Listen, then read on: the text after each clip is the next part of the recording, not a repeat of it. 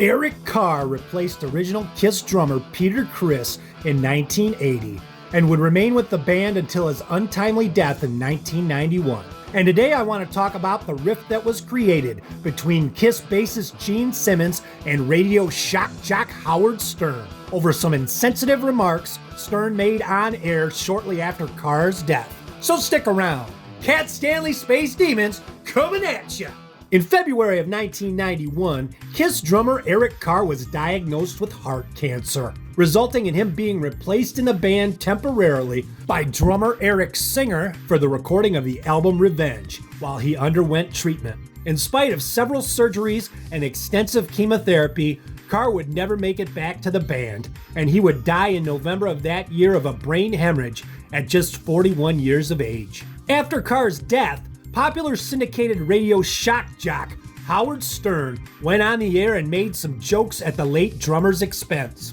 Kiss bassist Gene Simmons caught wind of Stern's insensitive remarks and went so far as to call Howard at his flagship station, K-Rock in New York City, to confront him, but Stern wouldn't take Gene's calls. In 1993, Gene would get an opportunity to speak with Stern about his remarks regarding the death of Eric Carr, this time on the Shock Jock's fledgling E-Entertainment television series, The Howard Stern Interview. Gene would be appearing alongside Kiss bandmate Paul Stanley to promote the band's live Alive 3 album. But first, they would need to clear the air regarding Stern's remarks about the death of Eric Carr. First of all, let me tell you my relationship with the rock group Kiss. You guys got into trouble with me. We've been through this. Gene, of course, threatened my life. I didn't threaten your life. I threatened to publicly thrash you. What made him mad was that your drummer died, correct? At a young age. He passed away about a year and a half ago because of cancer. Because of cancer. And this guy was a huge fan of mine. A huge fan. It's true. So his friend calls me up on the air, the friend of your drummer, and he says, hey, the guy was a huge fan. Go on, do a couple of jokes, talk about the guy's death, talk about the fact that he's having a funeral today, and have some fun with it. And we did. Word got back to you that I made fun of your drummer. True? It's true. At an emotional point. A man you have known, was he the original drummer?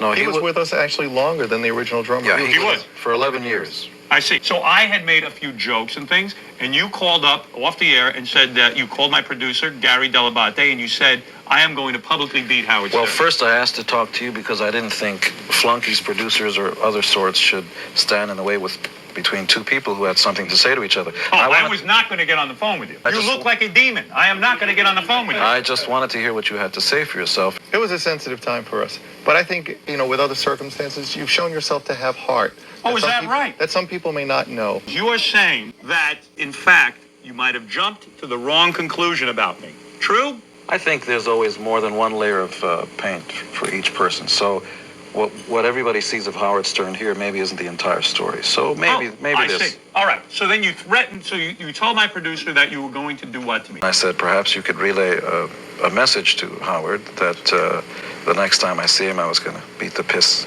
out of you. We finally got to talk to each other on the radio. It's true. And we worked out our differences.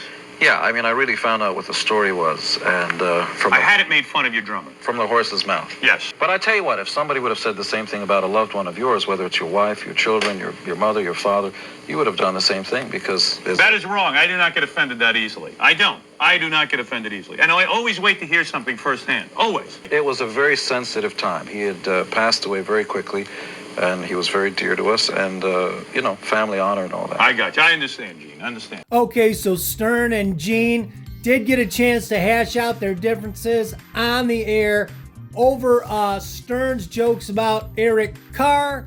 And, you got to hand it to Gene, though, for standing up for Eric Carr, a member of the Kiss family. Obviously, Gene had some genuine love for Eric Carr. He's had nothing but nice things to say about Eric over the years. And for him to act in the role sort of as Papa Bear there and being protective of Eric Carr in that situation, I really got to hand it to him. I respect the hell out of him for it. But the idea that Howard would say that he didn't get offended that easily is laughable. Anybody who listened to Stern knows that he would go ape shit anytime he heard anybody bad mouthing them. And you know, I do gotta admit, I was a Howard Stern fan back in the day. Not so much now. You know, I didn't like everything Stern did, but you know, I thought it was his show was a hell of a funny show. And you know, I can understand if Carr was a fan of Howard Stern, if it was true that you know, he would have wanted Stern maybe to goof on him after his death. Just the nature of the Stern show. But again, Gene Simmons standing up for Eric Carr, man. Respect the hell out of him. Much love to Gene Simmons. Hell of a thing to do for a loved one, a member of the Kiss family. And that's the video. Hope you guys all dug it. And we'll see you next time. Here.